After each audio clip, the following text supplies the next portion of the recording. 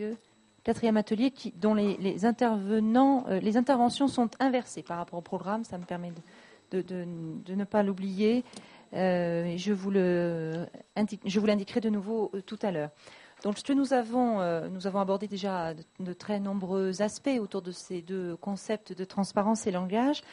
Nous avons d'ailleurs fini la matinée sur la question du secret, et donc nous avons déjà préparé la transition pour cet après-midi. Cet après-midi, nous allons revenir sur l'aspect, sur le sens propre de la transparence, à savoir la transparence d'un matériau, le fait que l'on puisse voir et donc être vu à travers ce matériau. Donc nous allons avoir des explications certainement très intéressantes sur cet aspect, les évolutions historiques de l'utilisation de matériaux transparents en architecture et notamment en architecture hospitalière. Autrement dit, nous allons aborder la transparence dans son aspect relation à l'autre.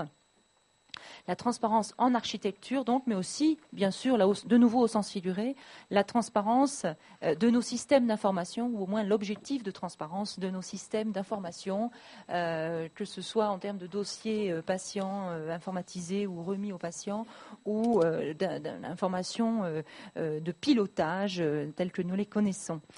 Cette transparence, en fait, rime-t-elle véritablement avec la confiance ou avec la surveillance ? Facilite-t-elle véritablement la communication entre les personnes ou permet-elle de l'éviter ? Et comment peut-on concilier la transparence et le respect de l'intimité ?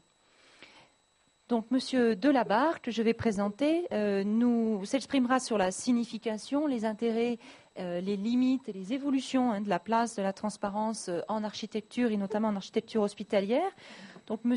Olivier Delabarre est architecte associé chez Architecte et Ingénieur Associé, AIA, dont l'activité principale se situe justement dans le domaine hospitalier.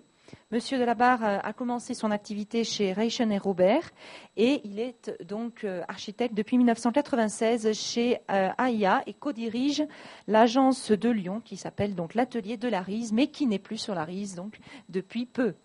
Je vous laisse la parole. Je vous remercie.